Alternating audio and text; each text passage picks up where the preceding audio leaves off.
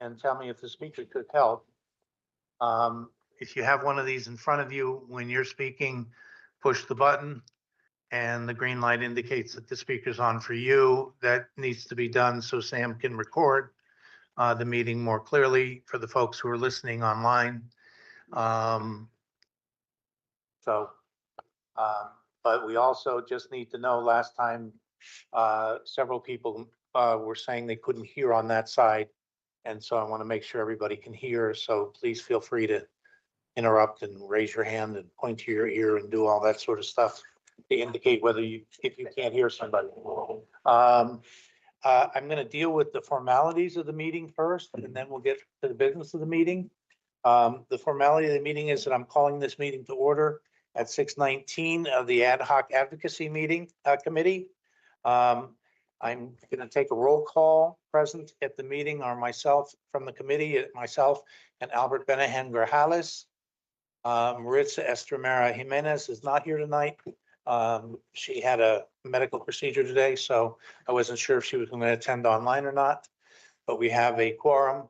So I'm calling the meeting to order, and that's the roll call.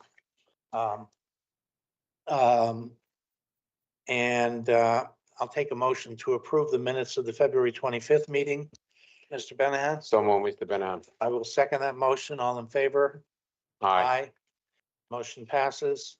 We've taken care of the business of opening the meeting. Now we can get down to the business of our discussion, our public forum.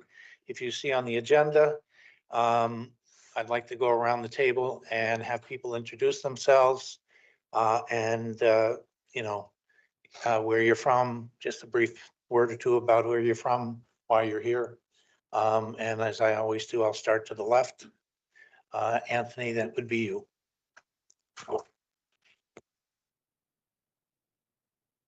Anthony Paletta, I'm a project manager for the mayor's office for the city of Bridgeport. Minister Willie Medina from Calvary Baptist Church, Vice President. Nicole Nelson, City Council member for the 130th District. Hello, Jason Papa. I'm a school counselor at Fairchild Wheeler, and I'm here as an individual. Hi, I'm Jacqueline Colantonio. I'm an ESL teacher in Bridgeport for 28 years, and I am here as an individual as well. Hi, good evening. I'm Jennifer Gaines. I grew up in Bridgeport mainly my entire life, and I'm here as a parent advocate for two children that currently attend Bridgeport Public Schools. Hello, everyone. Mr. Albert Benahan Grajales, one of the board members from Bridgeport Public School. The only thing I can say, please, let's respect everybody's time and voice and time, and please be sure you recognize from the chair before you will speak, please. Thank you. I'm John Fitzpatrick. I'm a music teacher, a musician. I live in the Black Rock neighborhood and I'm here to support the Bridgeport Public Schools. Steve Nelson, retired from the Bridgeport Board of Ed. I'm here representing my daughter who has 3 children, young children that attends Bridgeport Public Schools. Good evening. My name is Jameen Davis, Bridgeport born and raised, currently the co-director of Bridgeport Generation Now. Hello, I'm Kim McLaughlin. I'm a resident in Bridgeport, over by Bridgeport Hospital area. And my daughter went through the public school system, and I have a granddaughter now who's in public schools and another little one who will be going pretty soon. They grow up faster than you know. Thanks. My name is Israel Prevail. I'm a student at Fairchild Wheeler. I'm here for general knowledge.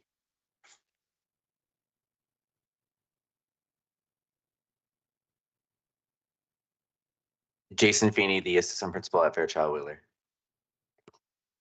Jim Mazzaros, retired school security for 29 years. Also, I am a member of the NRZ in the south end of Bridgeport, and I'm a longtime resident of Bridgeport. And my mother was a longtime advocate for students in the Bridgeport Public Schools, and I'm following her footsteps. Thank you.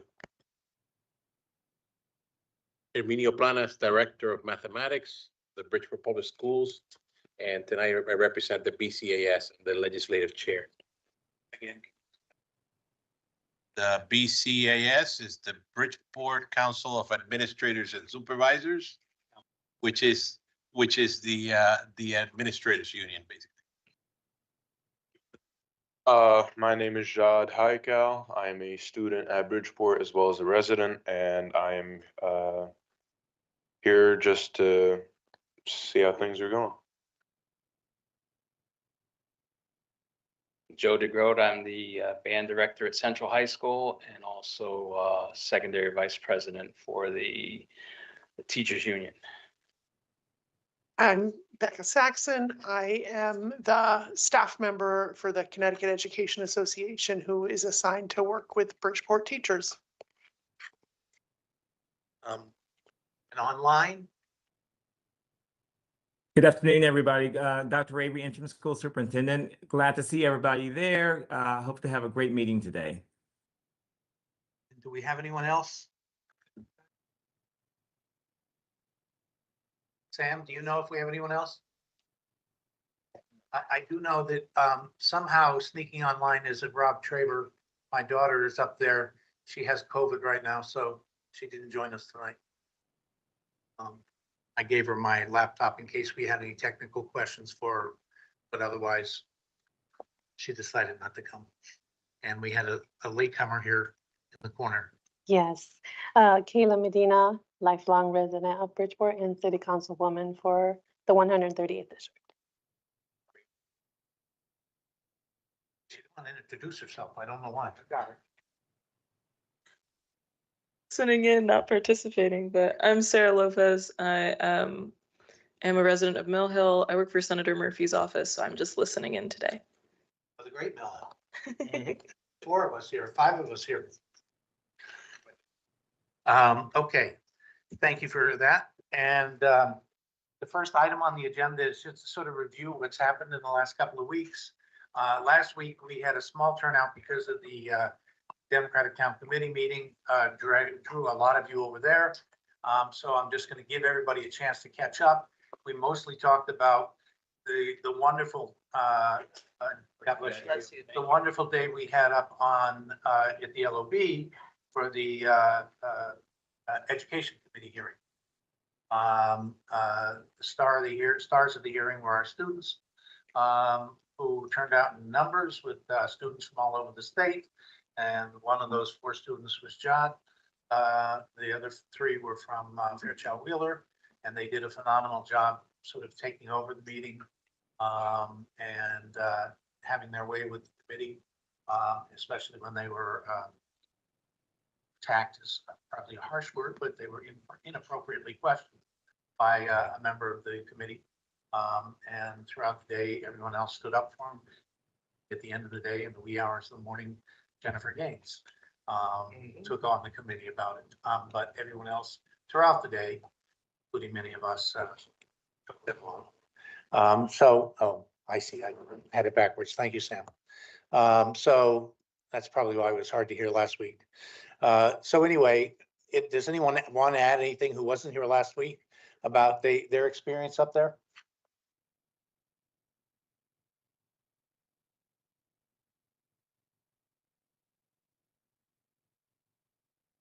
Come up here, Giancarlo. And introduce yourself, please.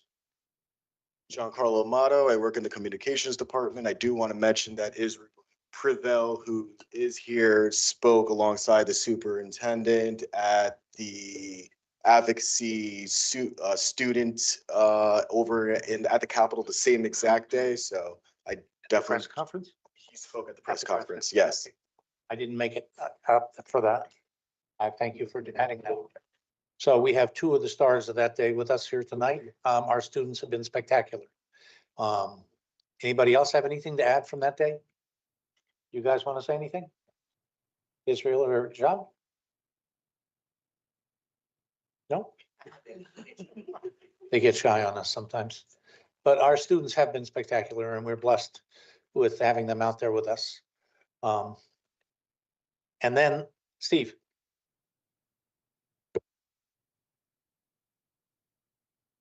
See Fairchild Wheeler's here, but it's probably a dumb question, but I'm still gonna ask it. are the other high schools able to engage as well, like Harding, Central? Were they up there, or is there a reason why that they're not representatives? Be clear, John's from Bridgeport Military Academy. So he was there from another high school. I don't know about the others. Tim? So yes, we have representation from all of our schools. The last particular thing is they wanted only a select number of students. So we, instead of busing every school district, we only was able to bus the people that can speak. But the previous one we had all schools from all of our districts represented. That went up to Hartford? It went up to Hartford, yes. And I know at that hearing, the appropriations hearing, which was the first big hearing that we testified at, we had about 25 students go up, about 10 to 15 testified. And of those 10 to 15, they were from, I know, Harding, Bassick, Central, Fairchild Wheeler, and DMA. Yeah, I don't think he's got a chance to speak the first time. Okay, but I'm just saying we had a, Yes. Chair, I want to note that those testimonies can be viewed still right now. They are on YouTube, so you're more than welcome to go and listen to them and see the magnitude and the power that was spoken that day. And this is something that also, if you guys don't know, some of our middle school students came, at least one, I believe, or maybe more than one, came and spoke after that over at the city council. So, you know, your voices are motivating other students and other things. We have a great debate team, which went to competition and represented well, and they're going to be able to start speaking. They want to come and speak. So you guys have been a great motivation to the younger, and they're looking at you guys. So I appreciate you two gentlemen and all those that came out to Hartford and will continue to go out in Hartford, because even the elementary school, they want to speak up. And this is open to everybody. Every student in the district can come and speak before the board and can come and sit in this IHOC committee at any point in time with their families. So everyone is welcome. And Steve, I should be clear that at the Education Committee hearing that was organized through the Connecticut Conference of Municipalities. And that was a joint action with students from cities all over the state. And technically, I don't know how many students we took up there on the bus, dozen, 2 dozen. That seems to be the number that I remember, because there were about 15, 20 spaces left on the bus. CCM paid for the bus, paid for food, was feeding the students at the armory across the street. And we were told only one student could speak from Bridgeport. And Jod was the designated speaker. But the 3 other students slipped in with him and took it upon themselves to all speak, much to the chagrin of the organizer. Was from a woman from the communications director from New Haven, and she kept looking, casting daggers at superintendent and I, like, what are they doing? And we said, hey, we can't control them. We can't put the hook on them. They're up there in front of the world. We're not going to pull them out of there. And so all 4 students testified, and it was quite the thing to watch. Right. And they were all good. Yeah, you were great. What is the link on YouTube that can be tied in is one question. If you go, He'll send it to me. But for general public who's watching, if you go to the Connecticut General Assembly website and click on the committee's link, then there's a link to the various hearings, YouTube link to the committee's hearings. But Willie can send you the direct link to that one. Reason why I mention it is because being a former police officer working in the schools, each school has a different issue that needs to be addressed by that school. No disrespect to Fairchild Wheeler, but I'm sure they speak highly of the issues that concern them at Fairchild Wheeler. And I know Harding has some, Central has some. And I'm going to mention this to both principals when I do see them, that we should try to get at least one at the table especially when you have these meetings. They need to be here. And I'm sure in them big schools, they got one that could come, you know? So that's the only reason why I asked the question. No, Thank you. absolutely. Again, we're welcoming all and encouraging all Yeah. to join us, as you know. Yep. Anything else on the past meetings? Okay, on development since the last meeting. Grab yourself an agenda and a list of the legislators, and Kim, do you have the things you want to hand out? I want to quickly point out that since then, we've had two things that happened this week, and I'll give a quick report on them. On Monday, I need to point out that Marissa Estramera Jimenez has joined us online, the third member of the committee.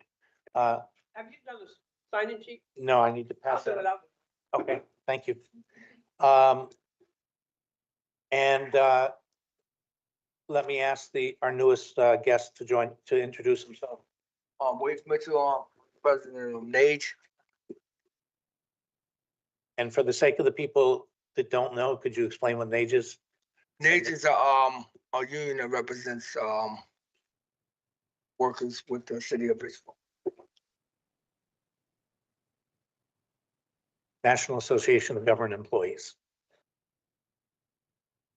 Okay, what I was explaining is that this week, two things happened. On Monday, the members of the House held a press conference to announce a deal that the Speaker had worked out, and they were offering up that would, initially it sounded like a really great deal of $100 to $150 million for Bridgeport, but it ended up being $100 to $150 million for the entire state, taking out of the governor's budget. And when you think about $100 to $150 million for the whole state, that's not enough for Bridgeport. That offers approximately $5 to $10 million for Bridgeport. They hadn't worked out any of the details. The details still need to be worked out. And that would mean ultimately it's not even clear if the money would go to the city and then to the Board of Ed. So none of it's been worked out. And $5 to $10 million doesn't come close to the 45 million we need to even balance the books. So it's not what it seemed to be when it was first announced, and we need to keep pushing for more money, is the bottom line. It was a nice effort, and clearly the speaker was giving credit to our delegation for a lot of push and pull. He, I think at one point said in the press conference, there's not a day gone by since the beginning of January that I haven't heard from a member of the Bridgeport delegation about the needs of the Bridgeport public schools. And that's a reflection that our members of our delegation are working hard for us, but we need to keep pushing with them to get more money for Bridgeport. On Wednesday, Joe Sokolovic and I, as well as other members of the administration, attended a webinar hosted by CABE, the Connecticut Association of Boards of Ed, of the School and State Finance Project, which is a very heady and well-respected think tank that's funded primarily by the charter school people, but it's well-respected for its data. And they were offering another program to take the money that the speaker was taking and reorganize it to fully fund $16,000 per student is the way it was advertised. Unfortunately, it wasn't spending any more money than what the speaker's program was. It was going to fully fund everything by 2033. So that means incremental steps. So it's still $100 to $150,000 next year. It would give $10 million to Bridgeport next year. Again, not nearly enough to balance the books in the end when you look at it, when you read between the double talk. So it's still not enough. But again, both of them are a reflection that we have made everybody this year in Hartford talk about ECS. This is not a funding year. This is a tweak the budget year, and now they're all talking about ECS. The Senate bill, the House now proposal, the governor didn't want to talk about it at all, and he's now saying, yeah, I'll talk about it, and school and state finance. So everybody's talking about ECS, and we have about 6 weeks to push like heck and get more money put in. So that's the short on reports. Any questions about any of that? if there's other districts that are getting a better bite of the pie than Bridgeport, and then they're gonna share all this money with everybody, you're never gonna catch up to where we need to get. We'll get to that in the next section. Yeah. Does Yes, that sir. make sense though? Yes, Yeah, I'm sure you guys are. we got to make the pie bigger, don't we? Well, if they're already getting more than you're getting and they give everybody 10, you're still gonna be behind the 8 ball. If you saw the news this week, Hartford is looking at 22 to $70 million shortcut deficit. So there are a lot of districts in financial trouble this year, and that's the bottom line. Nobody has enough money. Nobody. That's the problem. You know, for 13 years, they haven't raised the base rate, so everybody's struggling. Does the state still, are they still under state guidance, Hartford? Yes, They are, yes, Okay. like us. like us, okay. I just think for maybe for clarity, Steve, when he talks about the base rate, primarily the conversation this session has been about raising the base rate of the education cost sharing formula. And different districts get different amounts based on that formula. But what has happened is that for the last 10 years, they haven't raised that base formula to keep up with inflation. So all of the districts, primarily in urban areas, have fallen way behind. Bridgeport this year is $44 million behind. And we need 44 million just to keep our just to keep our basic services. And that's been the case for 10 years, right? And it hasn't raised. So we need to fight with everything we have this session to put pressure on them to raise the ECS formula. And beyond that, give us the money that's owed to us now so that we can have a fully functioning district. And just to clarify that one point, if they had funded us the cost of inflation over the 13 years, it would be 41% increase, which, you know, you can build on that year to year. You did late in negotiations. It would be 16,500. And School and State Finance has it pegged at 16,500, depending on how you calculate it. And so that would be, the money itself would be 95,000 for Bridgeport. 95 million, sorry. 95 million. Excuse me, for Bridgeport. And so our 44, it's a little over 44 million. So I call it 45 million. I round up just to make the numbers look better for us. But, you know, you can see there's, with that extra 40 to $50 million, we could start to replace some of the things we've cut over the last 13 years to deal with those issues you're raising in the different schools that, you know, they need. And that's what our budget of 106 million is meant to do, is to start fixing some of the problems we've had to cut for the last 13 years. And that's why we passed the budget of 106 million, to show you what we would do if we had the money we're owed for our kids. And so that's the whole picture. I got it. Any other questions? Yes, Israel. Sorry, I saw you. So in regard to when the students were being questioned by the representative, when we went to Hartford, do you recall when we were just talking about earlier, when they were being pressed by the representative? Right.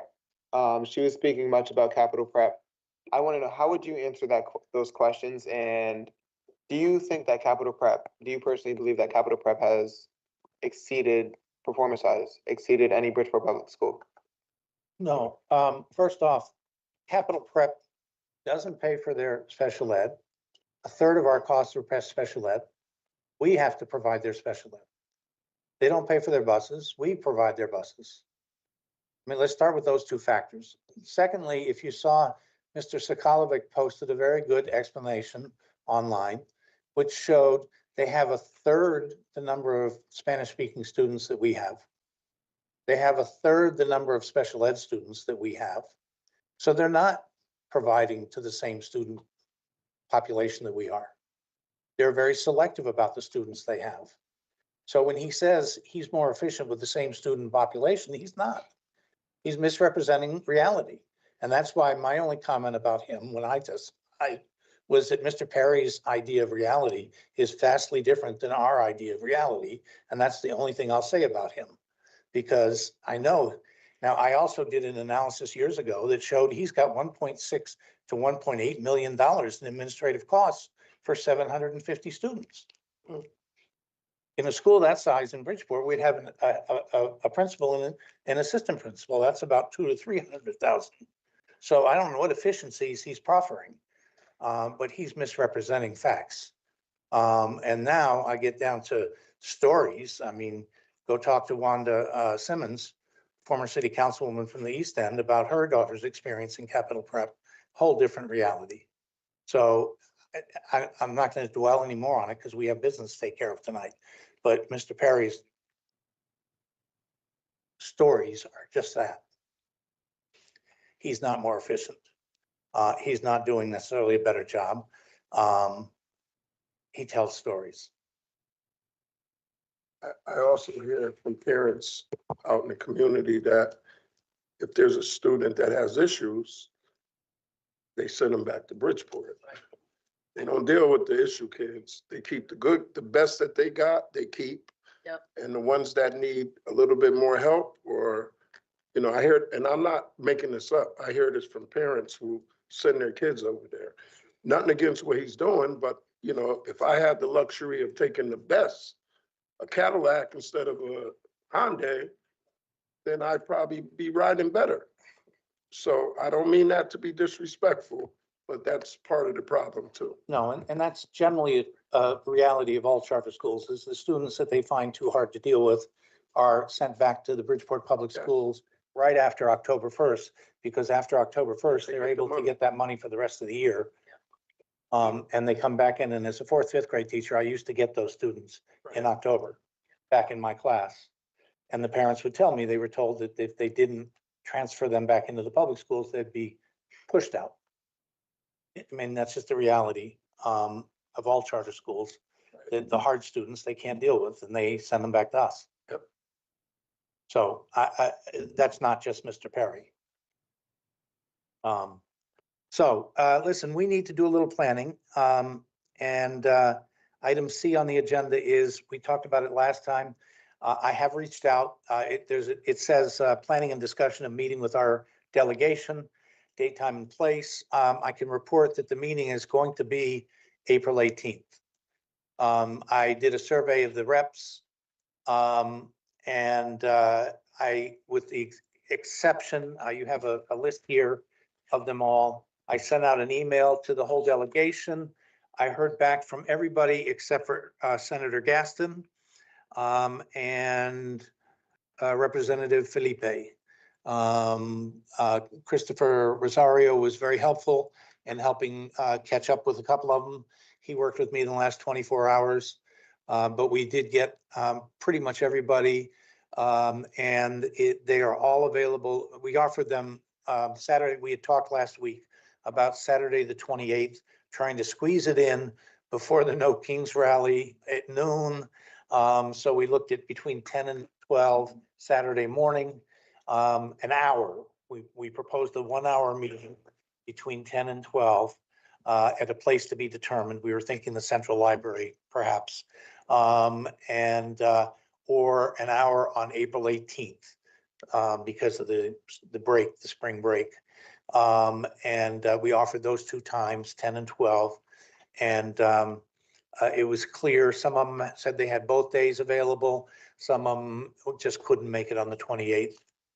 The only one that can't make it on the 18th is Representative Staffstrom. Can't make either one. So we're going to have to set something up with him because he's important and we have a lot of folks in that district. So we're going to have to set something up separately with him, but everyone else could make April 18th. So it's going to be Saturday, April 18th. We haven't set a time because I figured we should decide what time folks want to do it. 10, 10:30, 11, no, 10, 10:30, 11 for an hour. And we should decide on a location tonight. But based on the response of Andre Baker, Marcus Brown, Fred G, Kristen McCarthy, Chris Rosario, and Sujata Gadkar Wilcox. The 18th was available to all of them. And we want to get back to them on a time and a place to have a meeting. And we should talk about the meeting itself, although I think we'll need to do more turnout and planning work on it. But set the meeting, get back to them tomorrow. I'll get back to them tomorrow with the time and the location to nail it down and confirm it. And we should talk about our position, what we want to do with it tonight, which we'll get to in a second. But anybody have a preference for the time? It doesn't matter to me. What time that morning? Question through the chair. You said we only have an hour with them. That was by their schedule or ours? No, that was us, what we were talking about. It's meant to be a quick meeting to discuss with them whether they, will they support our position that we should talk about tonight. It's not meant to be a long meeting. It's meant to be, we want to meet with you. We want to lay out our position and ask if you'll support it and work with us on it. And Can I so make far, a- they've been very helpful. I'm sorry, can I make a suggestion on it? One of the things that, so when they did a forum like this in Meriden, they did a 2-hour forum and they used the first hour. They didn't invite the legislators to the first hour and used it to do like, just some organizing work within the meeting space. Like, what are the issues we're fighting for? Like, why are we fighting for them? Who's in this room? What do we have to do? That kind of stuff. And then they invited the legislators in for the second hour. And use that hour as the forum. And I know that's also a layout that has worked in other kind of meetings with legislators over the last year and for other issues. So I don't know if that's something we want to think about, but I just wanted to throw it out there. Makes sense. Unfortunately for us, we won't be able to be there because we have our weekend. You can't hear me? Make sure you're aiming it right, because remember, I was having it back. Okay. You're good. But I won't be able to be there. I can help any pre-work you may need, but we have our Undoing Racism training that whole weekend.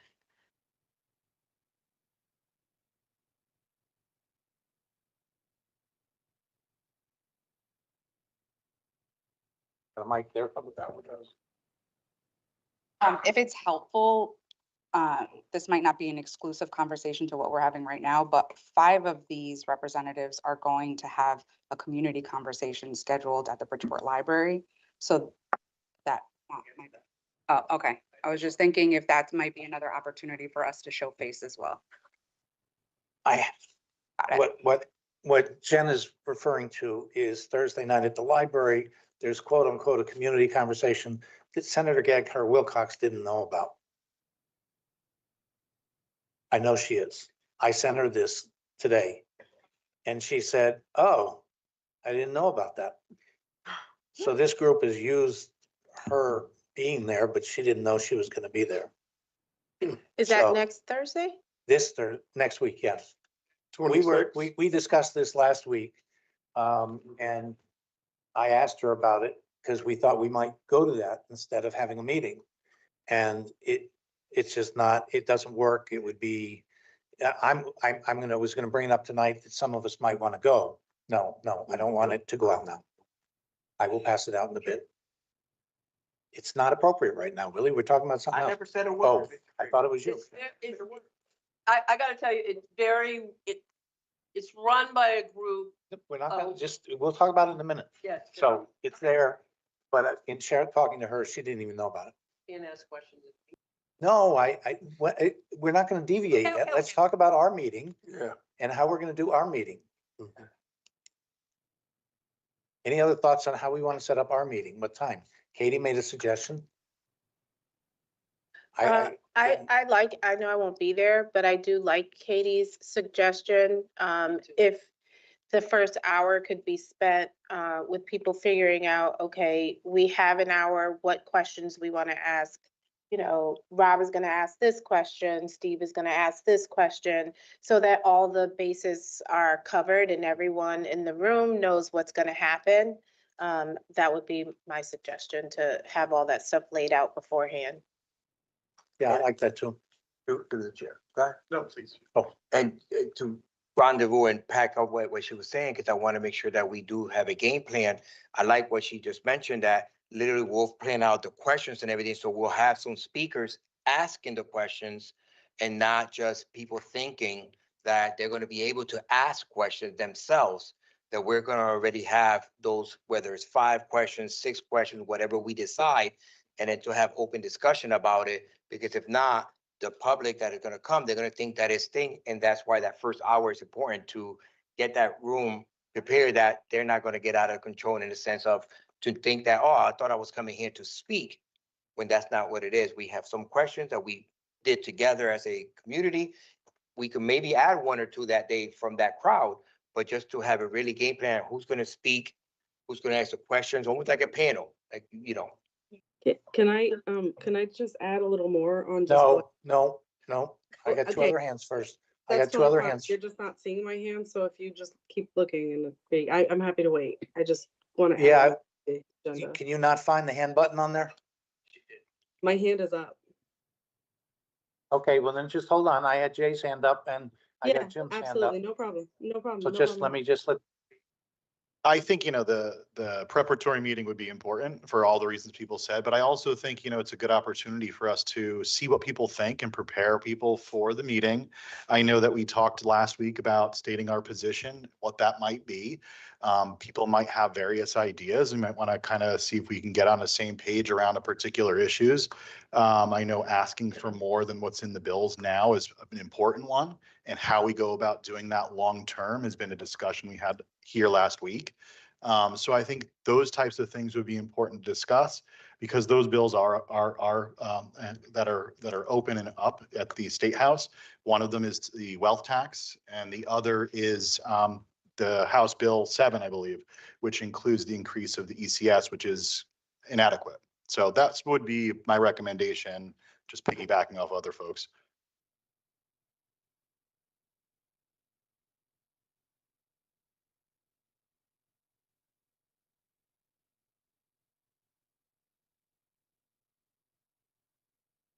I've been to other meetings when they have their meeting and they have their talking, the cue cards.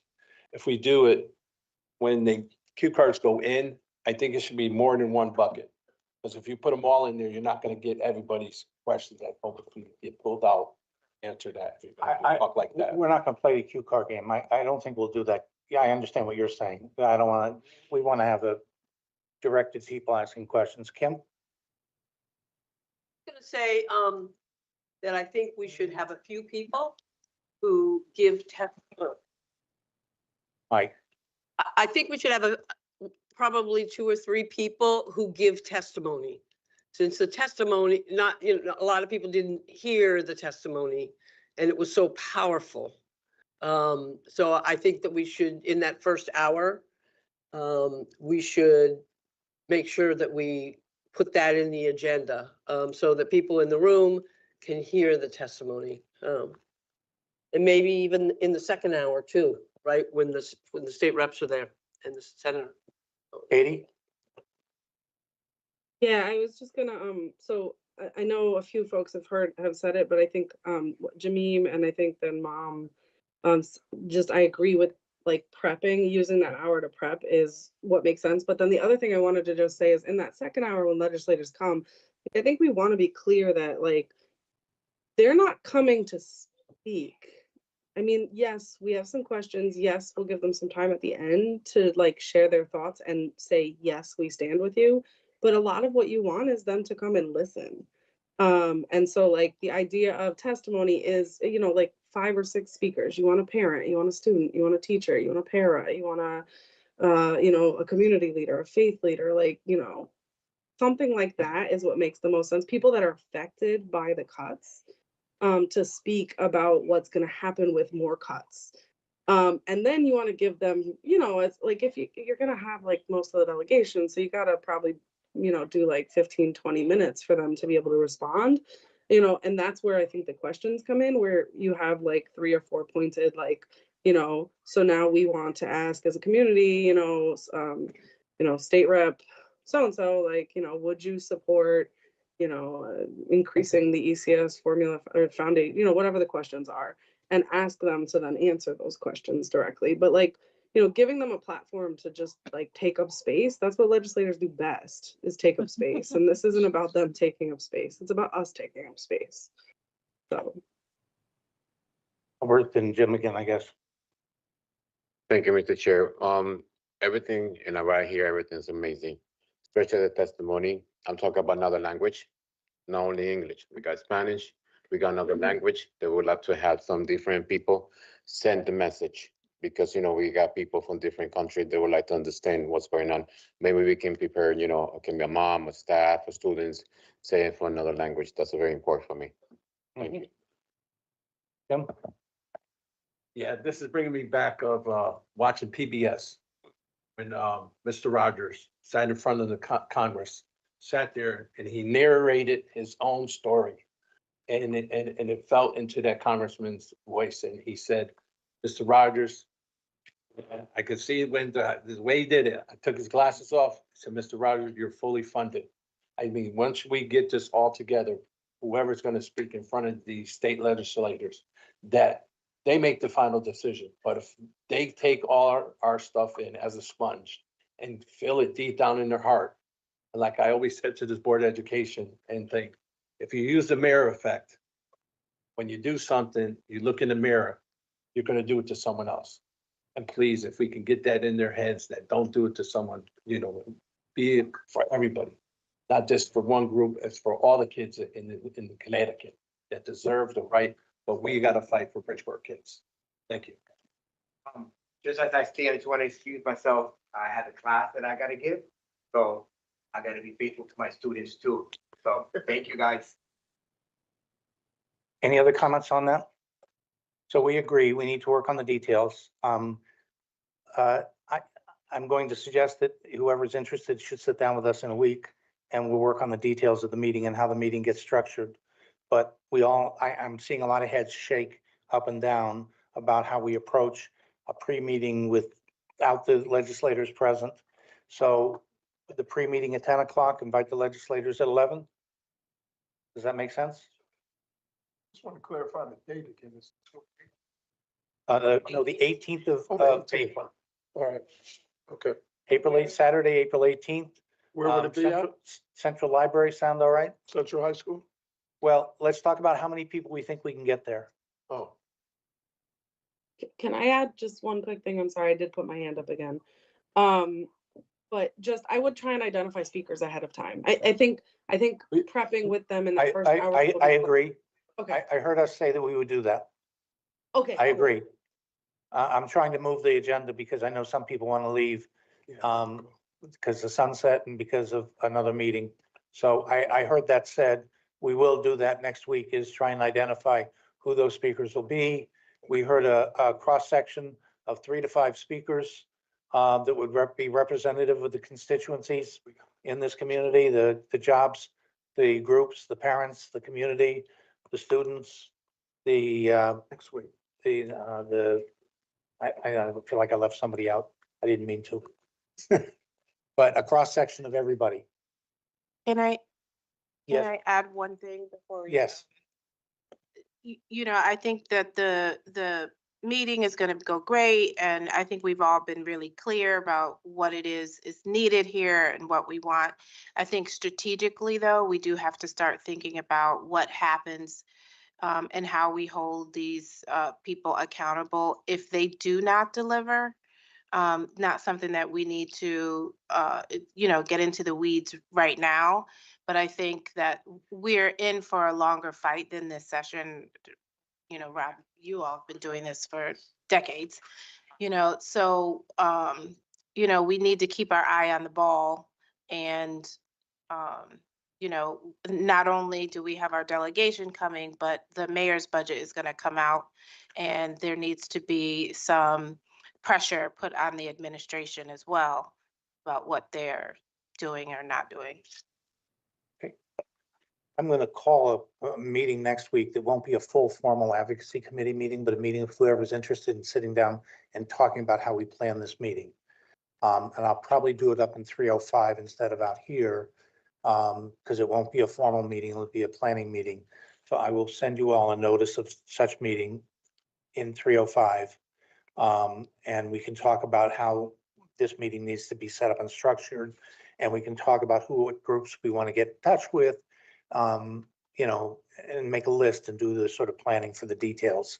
The reason I'm trying to skip is because I see Steve packing up already and I know he wanted to go. And before he goes, there's a hard discussion we started last week, the position. And the reason, the hard part, nobody has a hard trouble when I say, okay, we want to fully fund the ECS.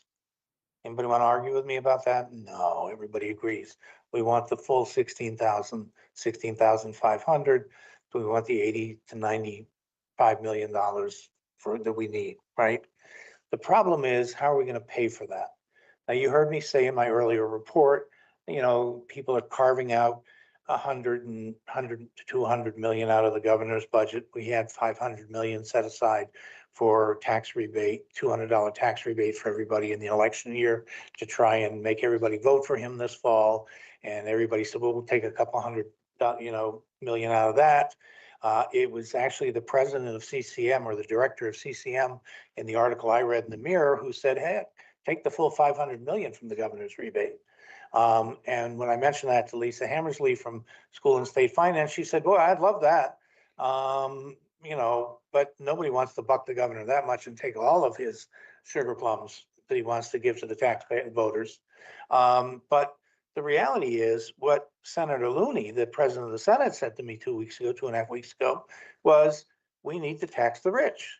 That's where the money's going to come from, a wealth tax.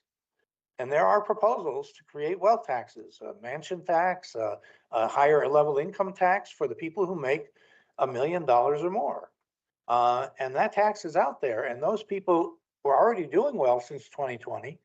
As the stock market soared up to 50,000, they are making money hand over fist. And we had this discussion last week. The reality is they are making money hand over fist. And then this year from the federal government, they got another tax boom. So they're really raking in the dough, and they paid taxes at a lower rate than us working folks. And the governor, being one of them, doesn't want to tax them. Big, beautiful bill. Yeah, and that big, beautiful bill, they got more money back. So the governor doesn't want to tax them because they're his friends and peers. But if you tax them, Massachusetts is pulling in $2 to $4 million, $1 billion a year, excuse me.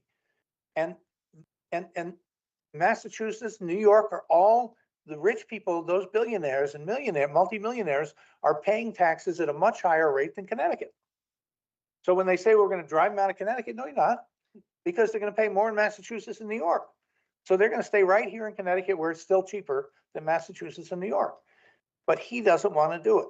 And so there are bills now being proposed that we need our reps to say, hey, what are we going to do?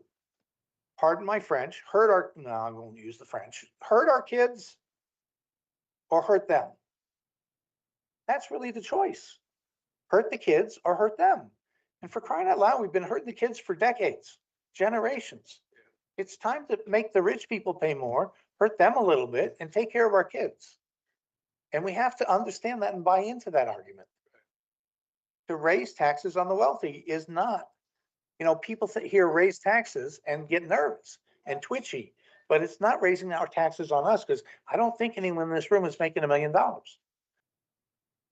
Another suggestion I would make, and I would probably say to the legislators, is there are some states who don't have this issue because they take state lottery money gains and put it into education.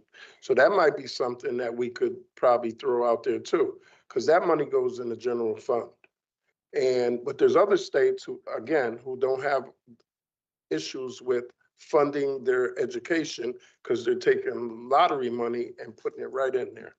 So I just want to put it on the table. Well, there are currently 3 or 4 bills in the Senate that a lot of us testified. At the day of the Senate Finance Committee hearing, there were 150 people testified. And I would tell you that 100 to 120 of those people that testified for Connecticut for All in favor of the bills that would, 3 or 4 of the bills were the wealth tax, the estate tax, the tax on the money they're making on the stock market. And then there was one bill that was to create a state, what was the rebate that Rosa DeLauro did in the COVID era, huh? Yeah, the earned income money that Rosa had during the COVID era that expired, as did our ARPA money. And that eliminated childhood poverty in the United States for a brief period of time. But when it expired, we had now childhood poverty would come back to the United States, but earned income tax credit. And there is a bill to do that in Connecticut that was also on the agenda for that hearing that we testified in support of. So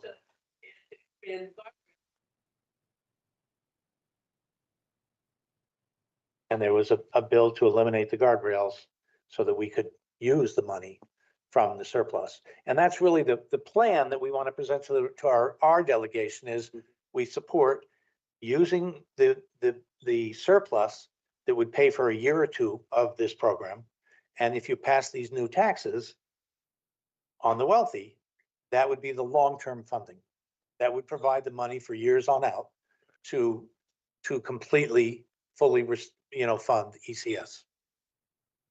So that's our program that we're proposing is you can fully fund the ECS next year if you use the surplus to cover the next year or two, and you pass these new taxes to fund the future. Sorry, Bob. So, well, I just wanted to get that out on the table, Steve, before you left. You're comfortable with that? I'll let you know. So any questions about that?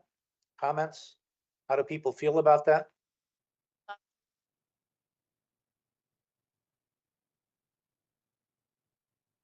Three demands. Well, essentially, is we're going to ask them the to surplus. support the ECS, up an immediate implementation of the full ECS. Let me see if I got them straight. We want the ECS formula changed. We want a wealth tax. And we want to use the surplus to bridge the gap right now for the 44 million and actually, Yeah, Not to change the ECS. yes, not change the ECS, I'm sorry, update the fully base fund the formula. ECS Fully fund the ECS. next year. Right, and a COLA. Right, cost of living Yes, every year from now on. yes. Yeah. Okay, And use the surplus to fund the immediate funding, and then implement the wealth taxes to fund the future. yeah. Yeah. Make sense? I would have to, I'll get the numbers. And I think this is just me, but in terms of the wealth tax, I'm just saying to people, hey, it's about them paying their fair share. That's really what it's about. Plain and simple, right?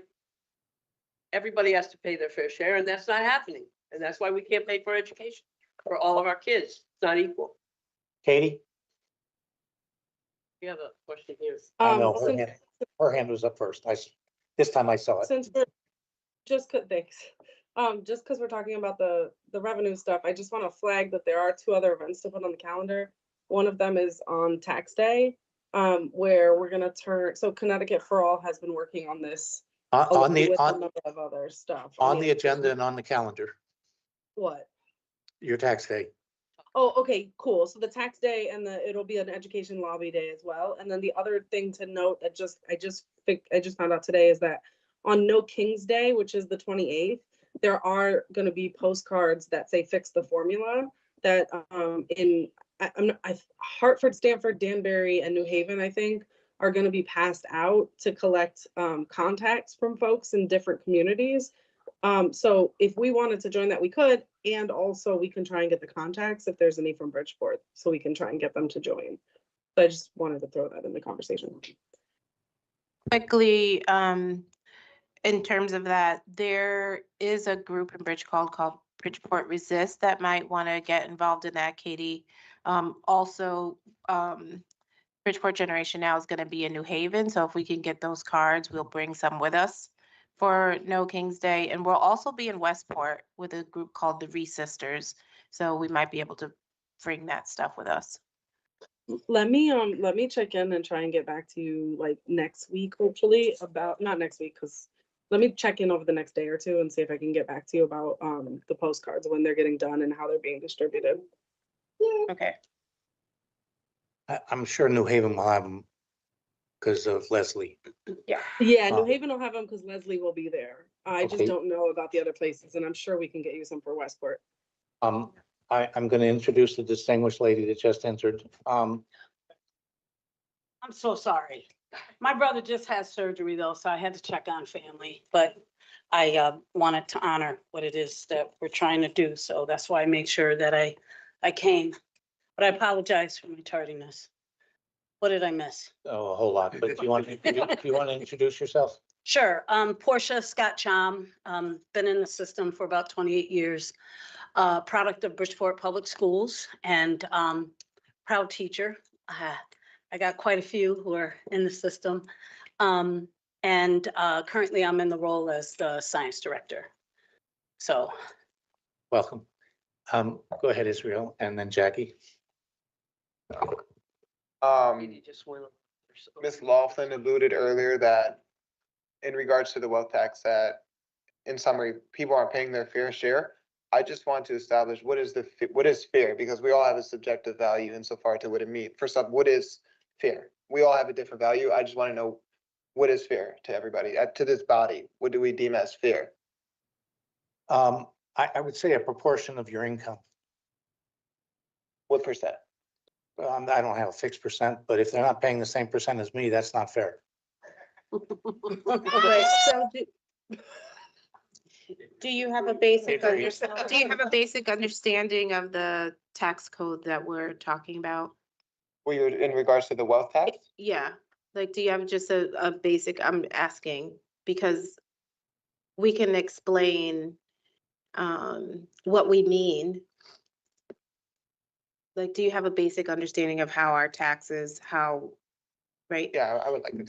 So, generally speaking, people who make the least amount of money, like people who are making 40,000, 50,000, 60,000, under $100,000, are paying a higher percentage of their income in taxes. So like we're probably paying around 30%, 25 to 30%. People who are making $1 million or more are paying more like 5%. And so if the people who have the least pay more, and the people who have more pay less in a percentage wise, that is why it's an unfair tax structure.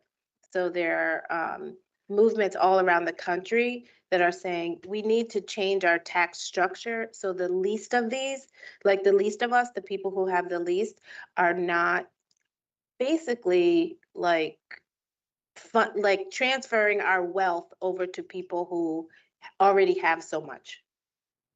Does that make sense? Okay, stop. Now, that was the answer to your question. If you want to then have a debate about fairness and wealth and tax codes, that's a different discussion that's not on the agenda, and I'm not going to let it go any further than that. It's a legitimate discussion for you to have. I don't argue that, but it's not what we're going to talk about tonight because it's 7:15 and I want to finish the agenda tonight. Is that fair? Thank you. Jackie. When you're talking, am I not talking? Can you hear me? When you're talking to the representatives, if you could tell them that 45 million is 0.0075% of the 6 billion that we have in surplus, and that 6 billion is still, even though, stock market is crashing right now, that 6 billion is still in funds that are making money. So I feel like letting them know numbers like that might at least give them. They will be looking correctly, and that's the Bridgeport perspective, and we are arguing the state perspective. So they'll be looking at the whole state, and we want them to see the whole state. And I wish, if I knew all the numbers, I can add the 70 million from Hartford. And we want to look at the whole. Talking I don't, you're preaching to the choir with me, you know I'm that. just saying, like, do they know these numbers? Do people know this? Like, the public needs to know these numbers, because I think if they realized how little, there might be more of a push. Yeah, I think that the more we educate, the better. Absolutely. No, not anyone here. Tito, the math man. I fully agree, because at 5%, 6 billion is 300 million. Right. Which is double what they were gonna give us 1 year. Right. Jim, You said before, Connecticut lottery. take the mic, take the mic, take the mic. What Steve talked about before about the Connecticut lottery in 2024, I tried to do 25, 26. Education, museums and libraries got 27.9% through the whole state of Connecticut. So now, how much is that 27% divided by the big pie of everybody in Connecticut looking for to get money from education? So that's gonna dwindle that down to very little to what actually is coming in. What they should do is put it in every state that's that's doing gambling. They should keep in-house, but it's not. It's gonna go into the general fund and do it that way. But that's the higher ups, but that's what it was back in 2024. Well, listen, the woman from School and State Finance Project and I had a brief discussion at the end when I asked my question. And she argued with me, it's not a matter of revenue. It's a matter of political will. And that's really what it is. Our children are not a priority. That's really what it is. Albert? Thank you. There's one thing I'm gonna say, this is only the beginning. All these people, they are prepared, very good, because they know we're strong here in Bridgeport. They know, they watching us, they know everything they call.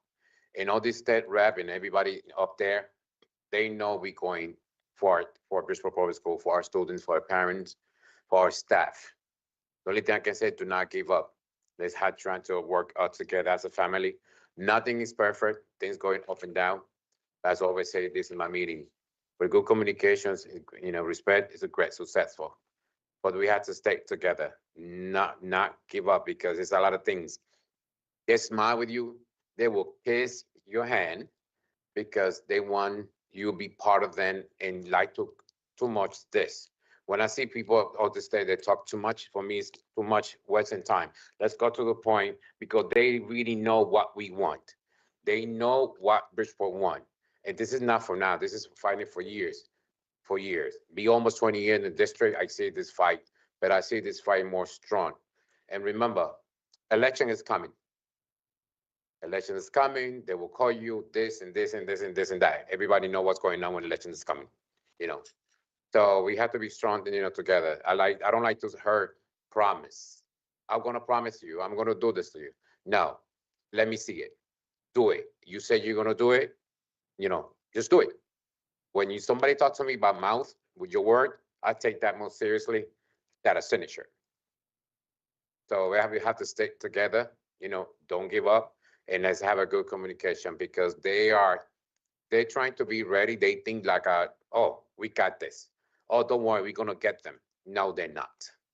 I'm very glad they hear us, because they think they're like, we're not smart, and we more of that. Especially we here for one reason, for our children's. Thank you, Mr. Chair. Okay, so just if I can wrap up this section, next week we'll have a meeting for anyone that wants to come. Not necessarily we're gonna do a big turnout, but this is more planning, get down to work and sort of talk through the details of the meeting. I will send out notice about that. And it'll be again at 6 in room 305, unless people want to do it earlier. The time doesn't matter to me. We had moved to 6 o'clock because of working people. So keep it at 6. Yes. Yes, I will have to set it up as a formal subcommittee meeting. So if you can sign on, I don't know how you participate virtually unless you're, we haven't figured that wrinkle out, Jen. I only cheated with Katie because of her COVID. I gave her my laptop. I don't know how to do that. Sorry. You can watch, but you can't. Right? This is my expert. I have to turn to the expert here. We'll speak with Jeff to see if it's possible. Huh? Jeff Ostrowski, we'll speak with Jeff to see if it's possible. We'll see what we I can could, do. someone could call Jen on their phone. But then we'll set that up at 6 again. The other student can get on, yeah. Oh. And is that true? Is it, so students, the only students who've gotten on like board meetings are like our student reps, and they are given the access to join. So in order for a public-wide access to a meeting, we'd have to speak with our IT director to see how that's possible. Typically, they generate the ID and a passcode. Yeah. There's also the ability to add people. You go to people, there's usually a menu where you can add their email address. Understood. And so if you're opening it up to the public, you want to have that, so, and not just everyone has access to it. So I know that there was a message like a town hall he mentioned, I believe, to you, but there may be something, but it'll be guided through our IT department. And maybe Going forward.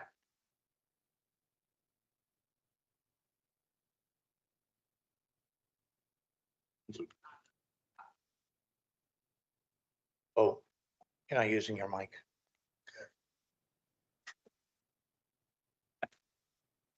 So maybe not for next week, but I think it's definitely something to consider, an opportunity for the community to participate, because for parents, it Well, might be a little bit more absolutely. difficult. And to with be- parents who have students, then sounds like there's a way. Yeah. Okay. So the item D on this agenda, just to quickly go through this so that we can be done in 5 minutes. This is a template that will be available on the Board of Ed website. They've been doing this for the last month or more, Tim and Giancarlo.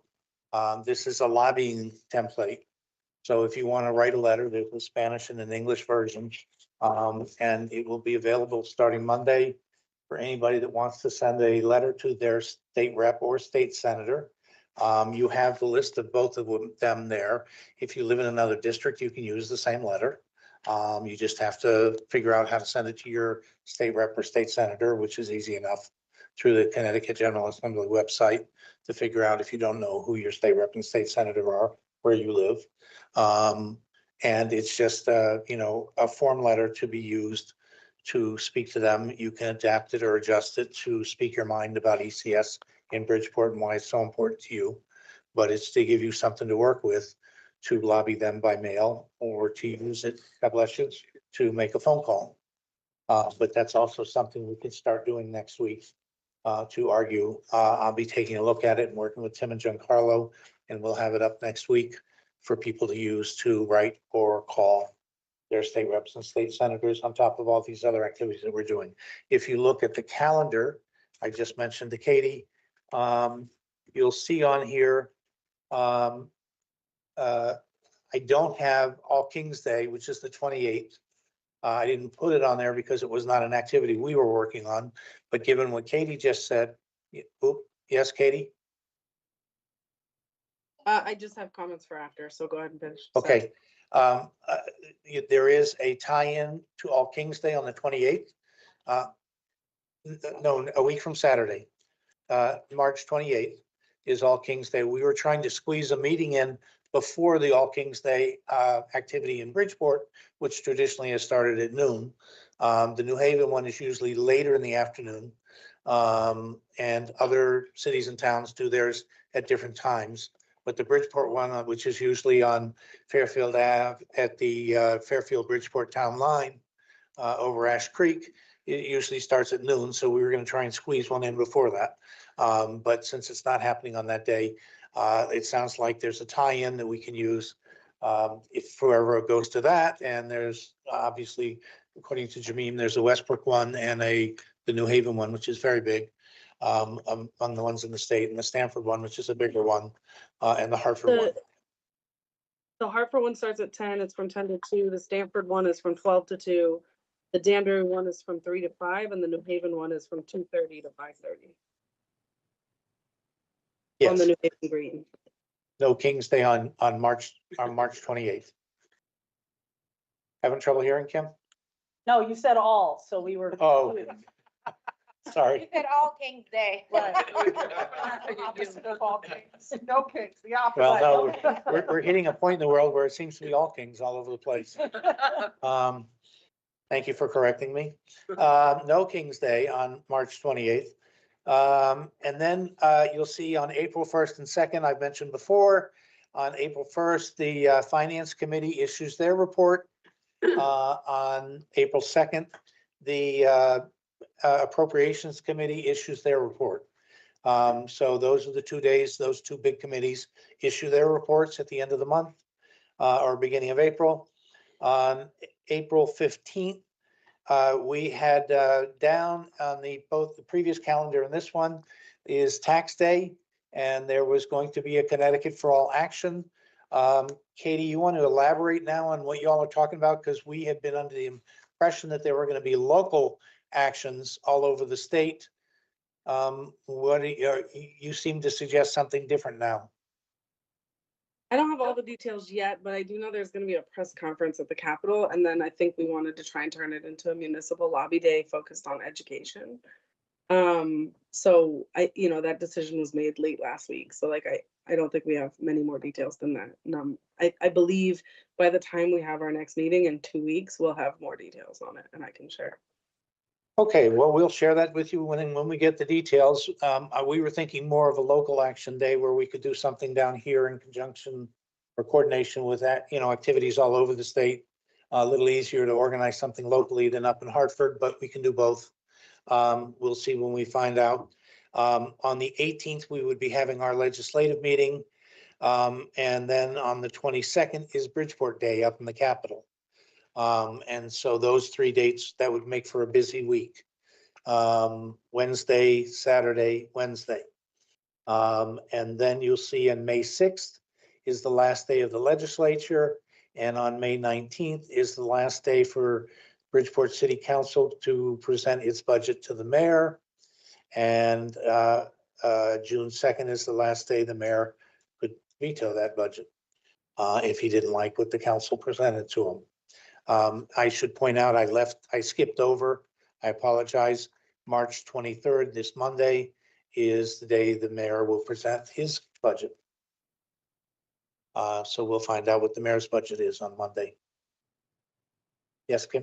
There is always a big public hearing that the city council holds Yes. around the week that everybody's off. from Well, and school. no, well, and I had it on the old calendar. It's not on this one that we redid today. But the week off for us is April 3rd through the 11th, 12th. Somewhere around there's a big public hearing. Well, it would probably be the week after that, the 13th through the 17th. Yeah, so I just So wanted to. add that to that that's a big week deal. would be the public hearing probably at the city council, or the week after that, the 20th to the 24th. And I'm And one of assuming we'll those wanna 2 turn weeks in the it middle of into- April would be the big public hearing at the city council. Yeah. Oh, I didn't think there was a date yet. So in the middle of April, and then 2 weeks in the middle of April would be a big Yeah. city council public hearing on the school budget. Can some So of these, busy, oops, sorry. no, go ahead, busy April. I was just gonna say, can some of these dates be put on a flyer so that like if we're parents picking kids up, we can like take a little extra time and maybe flyer some of the parents? Cause like this is great, this turnout's great, but like the only way we're gonna build is if we're out there in the community over the next couple weeks talking to parents and getting parents and more kids and more teachers involved. And so how do we disseminate this information to more kids and the folks here can have more of those conversations? I think is what I'm asking. Yep, I agree.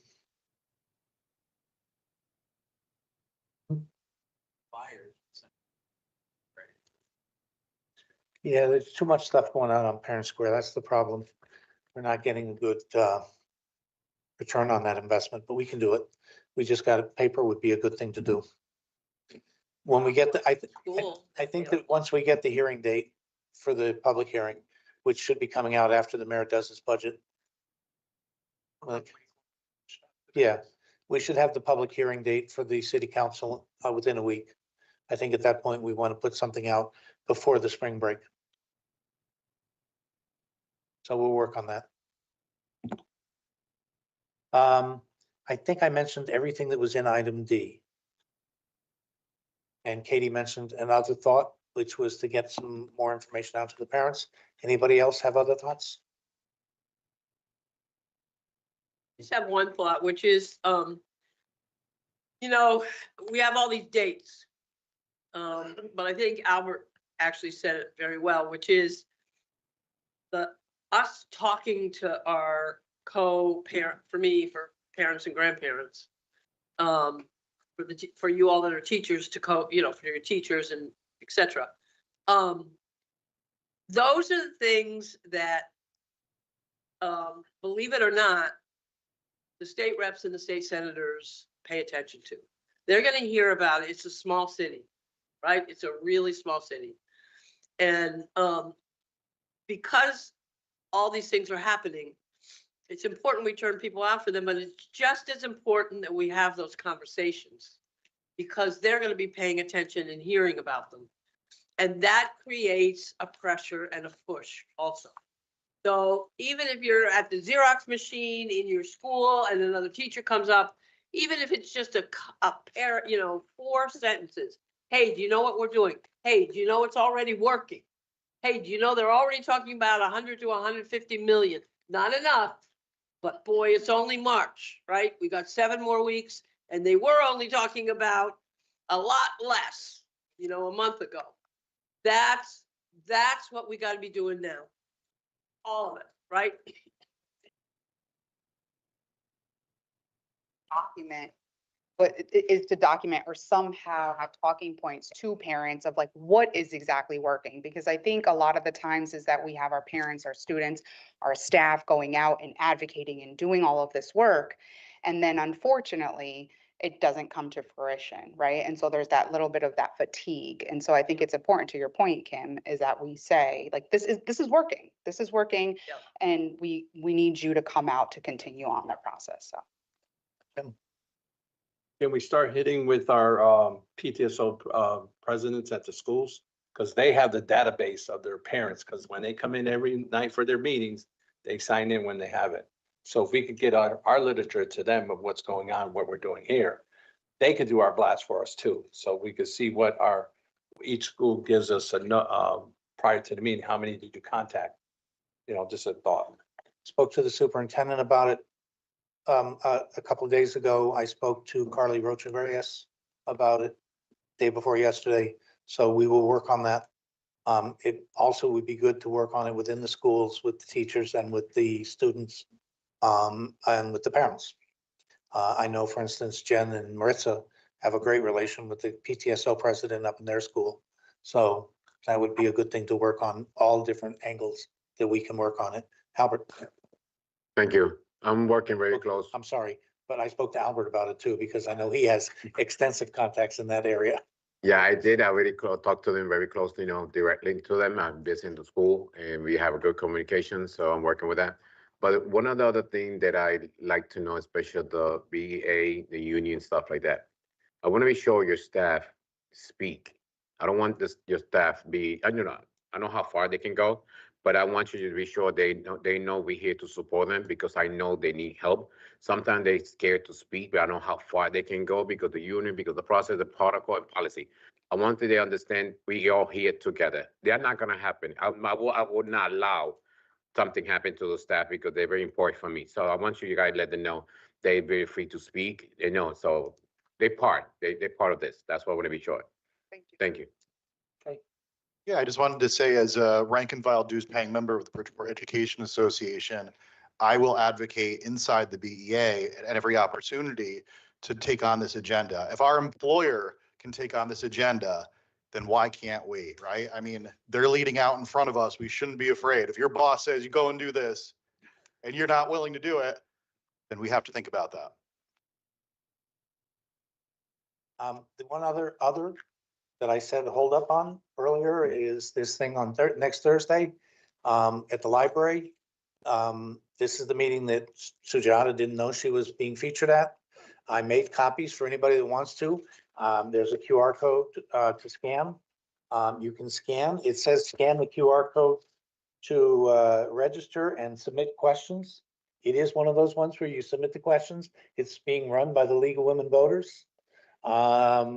And I scanned and registered myself this afternoon. It did not let me submit a question. It just had me register. So I'm registered, but no, there was no space to submit a question. I thought there'd be a place where you could write a question. And I was gonna submit a question. They No, saw your. no, it was not that. It was not that.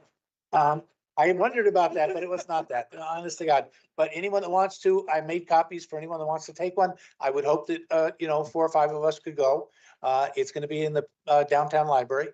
So it's a public space. As I said, was organized by the Connecticut Charter School Association. But the registration form is through Connecticut LEAD, LEAD, the organization that also does a lot of charter school organizing and turns out a lot of people at public hearings. So I don't know,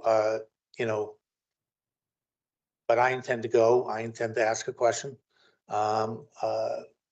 Submit a question, but it's the, League of Women Voters thing that Jim was talking about earlier, where you write down your question and maybe your question gets asked, maybe it doesn't.